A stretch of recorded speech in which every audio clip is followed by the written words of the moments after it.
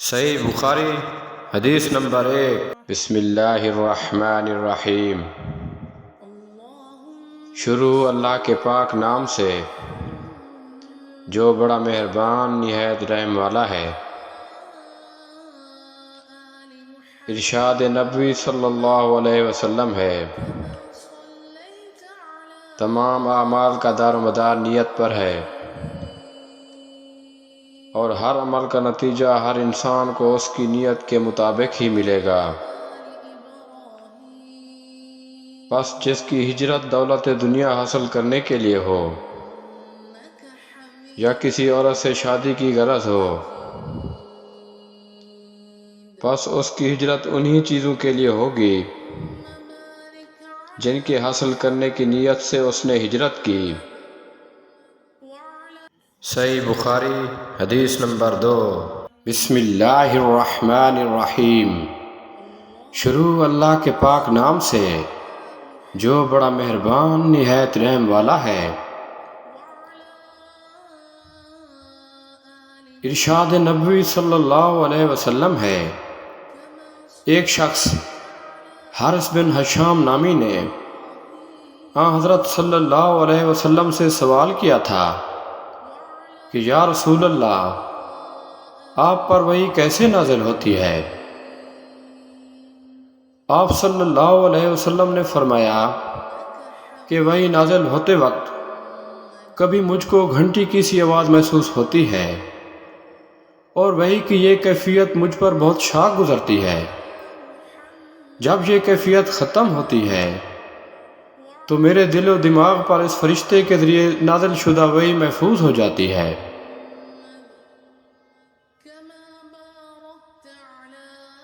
اور کسی وقت ایسا ہوتا ہے کہ فرشتہ بشکل انسان میرے پاس آتا ہے اور مجھ سے کلام کرتا ہے، پس میں اس کا کہا ہوا یاد کر لیتا ہوں۔ حضرت عائشہ رضی اللہ تعالی عنہا کا بیان ہے کہ میں نے سخت کڑاکے کی سردی میں حضرت صلی اللہ علیہ وسلم کو دیکھا ہے کہ آپ صلی اللہ علیہ وسلم پر وحی نازل ہوئی، اور جب اس کا سلسلہ موقوف ہوا تو آپ صلی اللہ علیہ وسلم کی پیشانی پسینے سے شرابور تھی۔ صحیح بخاری حدیث نمبر 3۔ بسم اللہ الرحمن الرحیم۔ شروع اللہ کے پاک نام سے جو بڑا مہربان نہایت رحم والا ہے۔ ارشاد نبوی صلی اللہ علیہ وسلم ہے، حضرت صلی اللہ علیہ وسلم پر وحی کا ابتدائی دور اچھے سچے پاکیزہ خوابوں سے شروع ہوا۔ آپ صلی اللہ علیہ وسلم خواب میں جو کچھ دیکھتے وہ صبح کی روشنی کی طرح صحیح اور سچا ثابت ہوتا۔ پھر من جانب قدرت آپ صلی اللہ علیہ وسلم تنہائی پسند ہو گئے، اور آپ صلی اللہ علیہ وسلم نے غار حرا میں خلوت نشینی اختیار فرمائی، اور کئی دن اور رات وہاں مسلسل عبادت اور یاد الہی و ذکر و فکر میں مشغول رہتے۔ جب تک گھر آنے کو دل نہ چاہتا توشہ ہمراہ لیے ہوئے وہاں رہتے۔ توشہ ختم ہونے پر ہی اہلیہ محترمہ حضرت خدیجہ رضی اللہ تعالی عنہا کے پاس تشریف لاتے، اور کچھ توشہ ہمراہ لے کر پھر وہاں جا کر خلوت گزین ہو جاتے۔ یہی طریقہ جاری رہا یہاں تک کہ آپ صلی اللہ علیہ وسلم پر حق منکشف ہو گیا۔ آپ صلی اللہ علیہ وسلم غار حرا ہی میں قیام پذیر تھے کہ اچانک حضرت جبرائیل علیہ السلام آپ صلی اللہ علیہ وسلم کے پاس حاضر ہوئے اور کہنے لگے کہ اے محمد پڑھو۔ آپ صلی اللہ علیہ وسلم فرماتے ہیں کہ میں نے کہا میں پڑھنا نہیں جانتا۔ آپ صلی اللہ علیہ وسلم فرماتے ہیں کہ فرشتے نے مجھے زور سے پکڑا، اتنے زور سے بھینچا کہ میری طاقت جواب دے گئی، پھر مجھے چھوڑ کر کہا پڑھو۔ میں نے پھر وہی جواب دیا کہ میں پڑھا ہوا نہیں ہوں۔ اس فرشتے نے مجھ کو نہایت ہی زور سے بھیجا کہ مجھ کو سخت تکلیف محسوس ہوئی۔ پھر اس نے کہا پڑھو۔ میں نے کہا میں پڑھا ہوا نہیں ہوں۔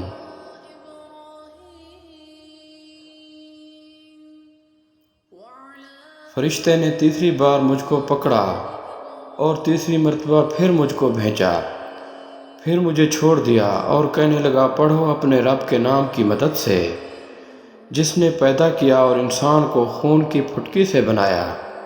پڑھو اور آپ کا رب بہت ہی مہربانیاں کرنے والا ہے۔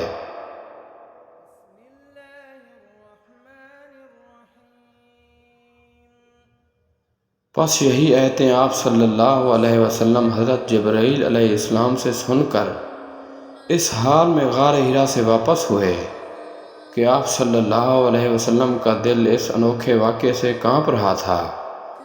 آپ صلی اللہ علیہ وسلم حضرت خدیجہ کے ہاں تشریف لائے اور فرمایا کہ مجھے کمبل اڑا دو، مجھے کمبل اڑا دو۔ لوگوں نے آپ صلی اللہ علیہ وسلم کو کمبل اڑا دیا۔ جب آپ صلی اللہ علیہ وسلم کا ڈر جاتا رہا تو آپ صلی اللہ علیہ وسلم نے اپنی زوجہ محترمہ حضرت خدیجہ رضی اللہ تعالی عنہا کو تفصیل کے ساتھ یہ سارا واقعہ سنایا اور فرمانے لگے کہ مجھ کو اپنی جان کا خوف ہو گیا ہے۔ آپ صلی اللہ علیہ وسلم کی اہلیہ محترمہ حضرت خدیجہ رضی اللہ تعالی عنہا نے آپ صلی اللہ علیہ وسلم کی ڈھارس بندھائی اور کہا آپ کا خیال صحیح نہیں ہے، خدا کی قسم آپ کو اللہ کے کبھی رسوا نہیں کرے گا، آپ تو اخلاق فاضلہ کے مالک ہیں، آپ تو کنبہ پرور ہیں، بے کسوں کا بوجھ اپنے سر پر رکھ لیتے ہیں، مفلسوں کے لیے آپ کماتے ہیں، مہمان نوازی میں آپ بے مثال ہیں اور مشکل وقت میں آپ امر حق کا ساتھ دیتے ہیں۔ ایسے اوصاف حسنہ والا انسان یوں بے وقت ذلت و خواری کی موت نہیں پا سکتا۔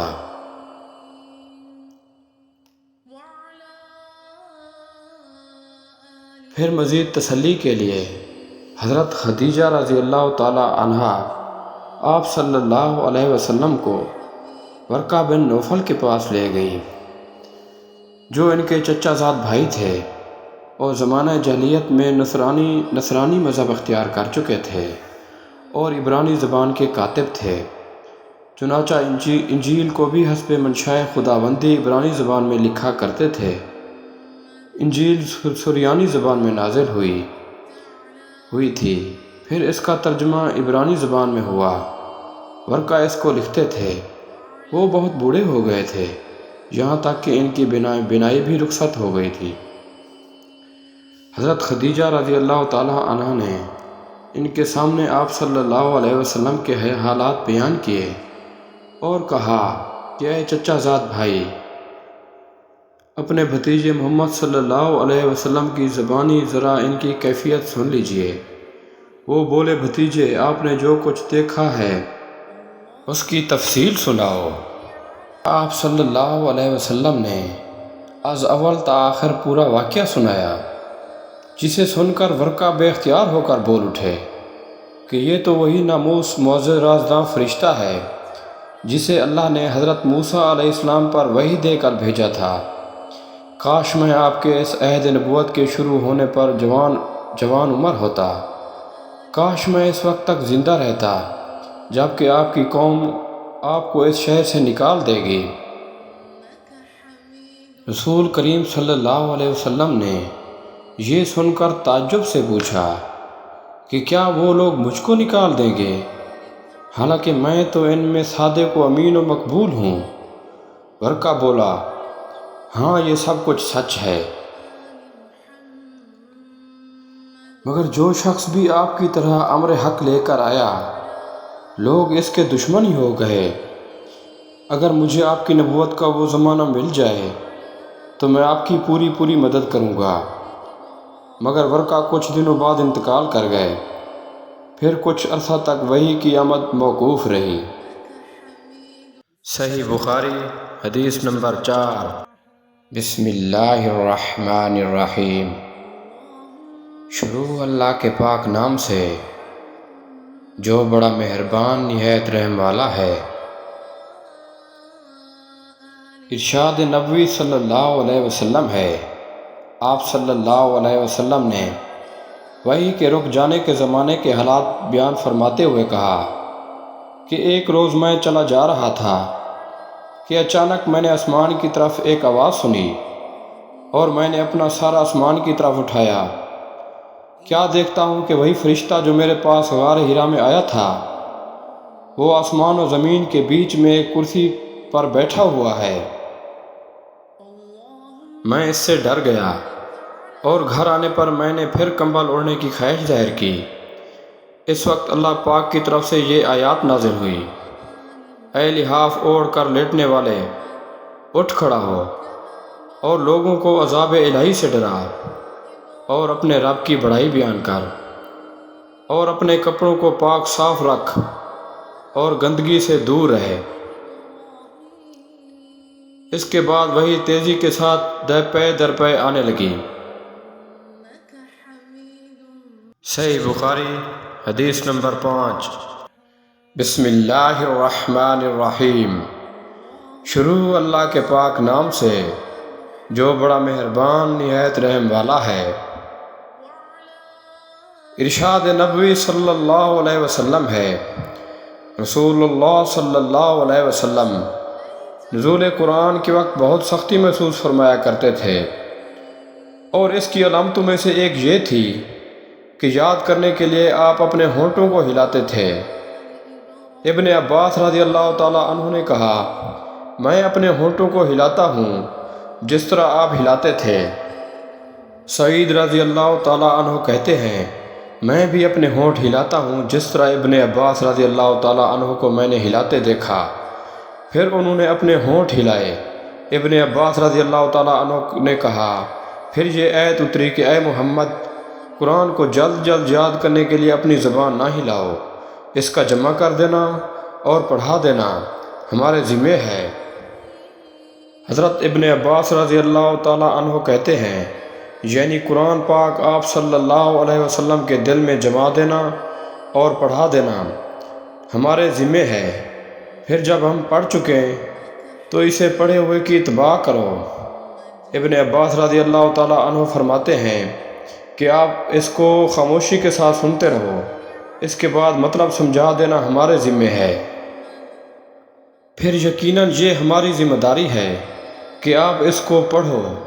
چنانچہ اس کے بعد جب آپ کے پاس حضرت جبرائیل علیہ السلام وحی لے کر آتے تو آپ توجہ سے سنتے۔ جب وہ چلے جاتے تو رسول اللہ صلی اللہ علیہ وسلم اس وحی کو اس طرح پڑھتے جس طرح حضرت جبرائیل علیہ السلام نے اسے پڑھا تھا۔ صحیح بخاری حدیث نمبر 6۔ بسم اللہ الرحمن الرحیم۔ شروع اللہ کے پاک نام سے جو بڑا مہربان نہایت رحم والا ہے۔ ارشاد نبوی صلی اللہ علیہ وسلم ہے، رسول اللہ صلی اللہ علیہ وسلم سب لوگوں سے زیادہ سخی تھے، اور ماہ رمضان میں جب جبرائیل علیہ السلام آپ صلی اللہ علیہ وسلم سے ملتے تو بہت ہی زیادہ جود و کرم فرماتے۔ جبرائیل علیہ السلام رمضان کی ہر رات میں آپ صلی اللہ علیہ وسلم کے ساتھ ملاقات کرتے اور آپ صلی اللہ علیہ وسلم کے ساتھ قرآن کا دورہ کرتے۔ غرض حضرت صلی اللہ علیہ وسلم لوگوں کو بھلائی پہنچانے میں بارش لانے والی ہوا سے بھی زیادہ جود و کرم فرمایا کرتے تھے۔ صحیح بخاری حدیث نمبر 7۔ بسم اللہ الرحمن الرحیم۔ شروع اللہ کے پاک نام سے جو بڑا مہربان نہایت رحم والا ہے۔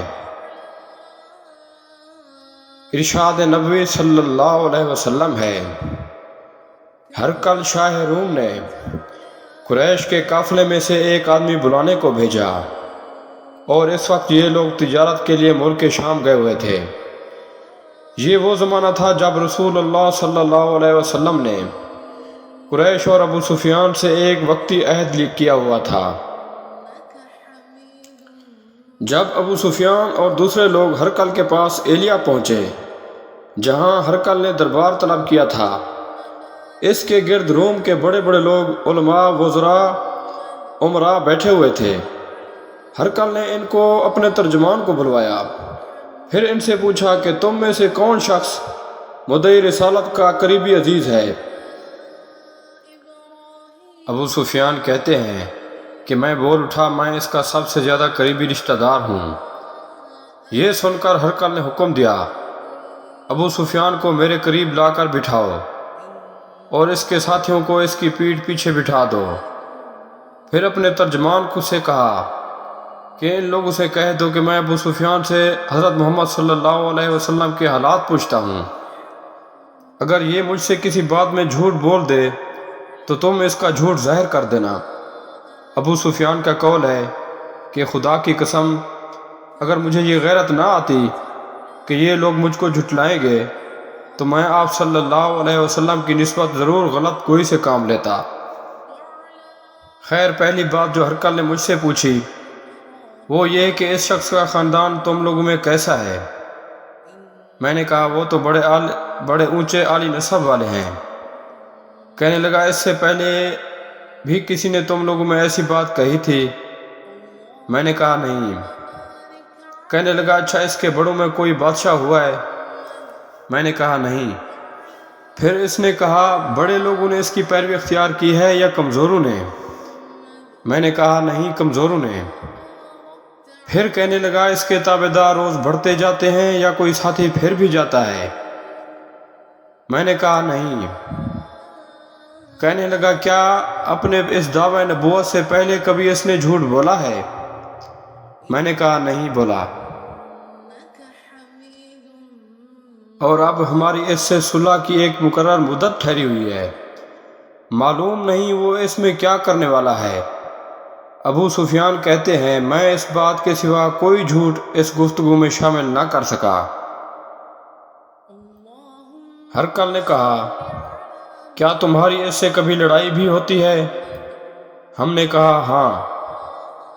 بولا پھر تمہاری اور اس کی جنگ کا کیا حال ہوتا ہے؟ میں نے کہا لڑائی ڈول کی طرح ہوتی ہے، کبھی وہ ہم سے جیت لیتے ہیں اور کبھی ہم ان سے جیت لیتے ہیں۔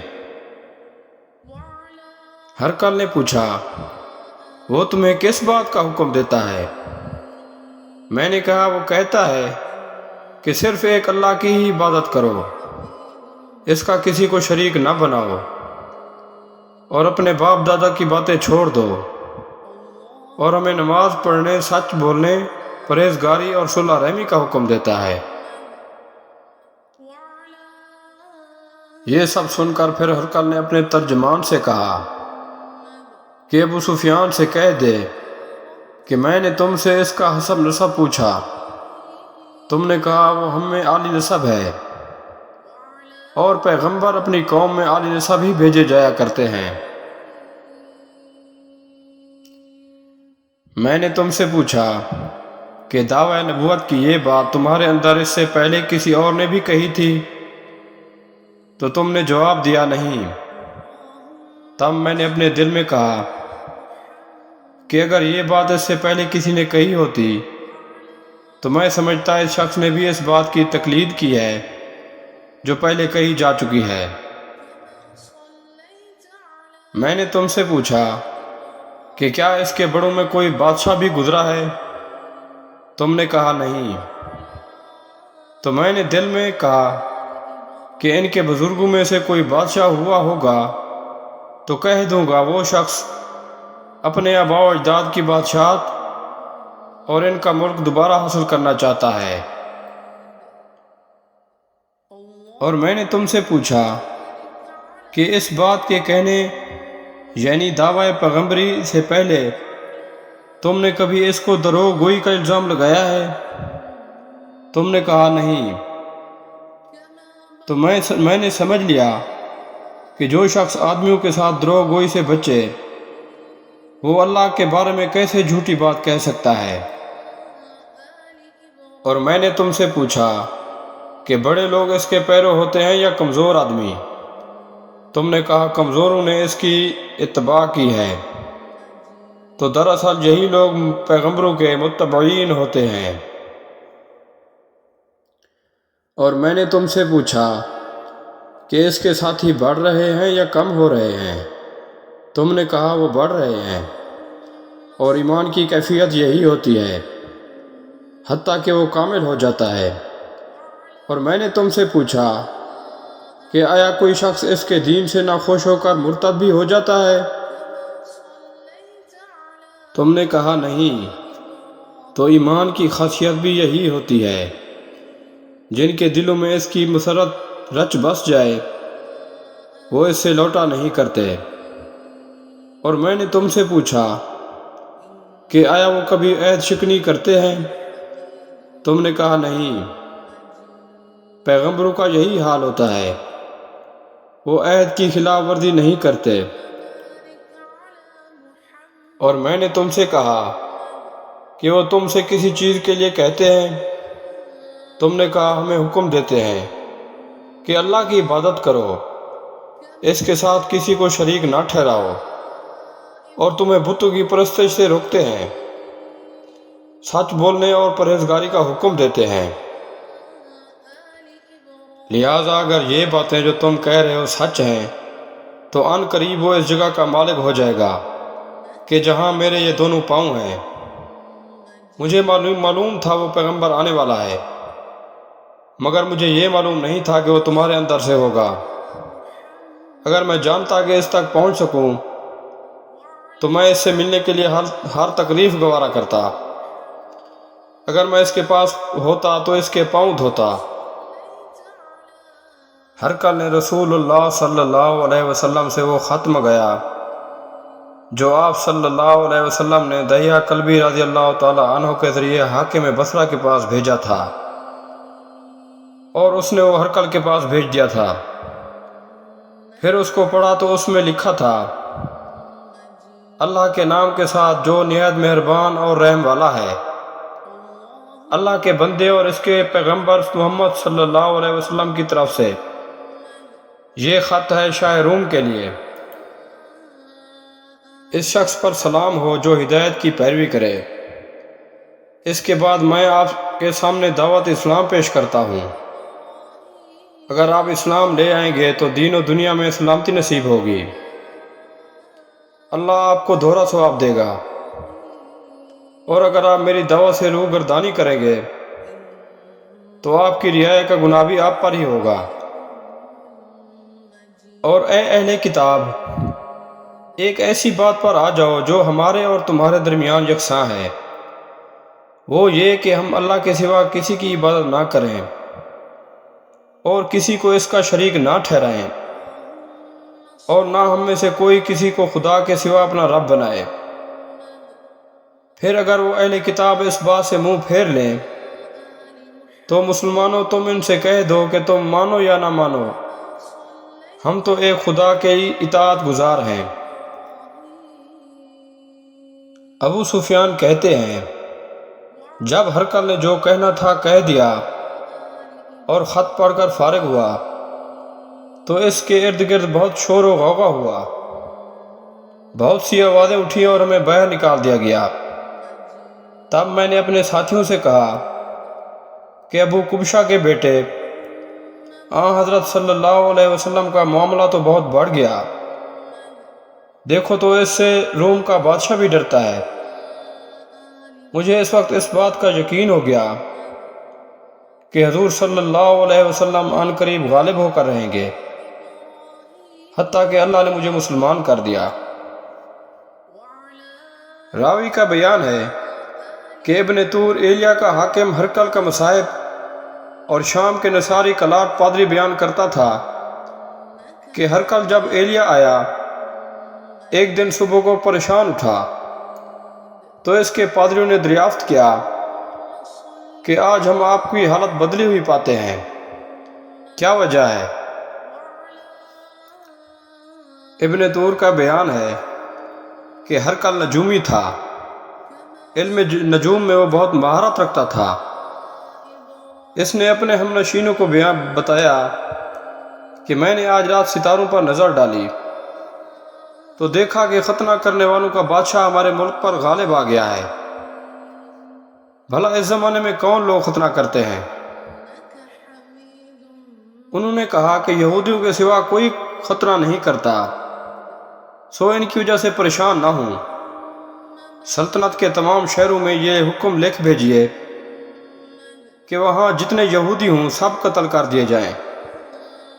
وہ لوگ انہی باتوں میں مشغول تھے کہ ہرقل کے پاس ایک آدمی لایا گیا جسے شاہ غسان نے بھیجا تھا۔ اس نے رسول اللہ صلی اللہ علیہ وسلم کے حالات بیان کیے۔ جب ہرقل نے سارے حالات سن لیے تو کہا کہ جا کر دیکھو وہ ختنہ کیے ہوئے ہے یا نہیں۔ انہوں نے اسے دیکھا تو بتلایا کہ وہ ختنہ کیے ہوئے ہے۔ ہرقل نے جب اس شخص سے عرب کے بارے میں پوچھا تو اس نے بتلایا وہ ختنہ کرتے ہیں۔ تب ہرقل نے کہا یہی محمد صلی اللہ علیہ وسلم اس امت کے بادشاہ ہیں جو پیدا ہو چکے ہیں۔ پھر اس نے اپنے ایک دوست کو رومیہ خط لکھا اور وہ بھی علم نجوم میں ہرقل کی طرح ماہر تھا۔ پھر وہاں سے ہرقل حماس چلا گیا۔ ابھی حماس سے نکلا نہیں تھا کہ اس کے دوست کا خط آ گیا۔ اس کی رائے بھی حضور صلی اللہ علیہ وسلم کے ظہور کے بارے میں ہرقل کے موافق تھی کہ محمد صلی اللہ علیہ وسلم واقعی پیغمبر ہیں۔ اس کے بعد ہرقل نے روم کے بڑے آدمیوں کو اپنے حماس کے محل میں طلب کیا اور اس کے حکم سے محل کے دروازے بند کر لیے گئے۔ پھر وہ باہر آیا اور کہا اے روم والو، کیا ہدایت اور کامیابی میں کچھ حصہ تمہارے لیے بھی ہے؟ اگر تم اپنی سلطنت کی بقا چاہتے ہو تو پھر اس نبی کی بیعت کر لو اور مسلمان ہو جاؤ۔ یہ سننا تھا کہ پھر لوگ وحشی گدھوں کی طرح دروازوں کی طرف دوڑے مگر انہیں بند پایا۔ آخر جب ہرقل نے اس بات سے ان لوگوں کی نفرت دیکھی تو ان کے ایمان لانے سے مایوس ہو گیا، تو کہنے لگا ان لوگوں کو میرے پاس لاؤ۔ جب وہ دوبارہ آئے تو اس نے کہا میں نے جو بات کہی تھی اس سے تمہاری دینی پختگی کی آزمائش مقصود تھی، سو میں نے دیکھ لی۔ تب یہ بات سن کر وہ سب کے سب اس کے سامنے سجدے میں گر پڑے اور اس سے خوش ہو گئے۔ بالآخر ہرقل کی آخری حالت یہی رہی۔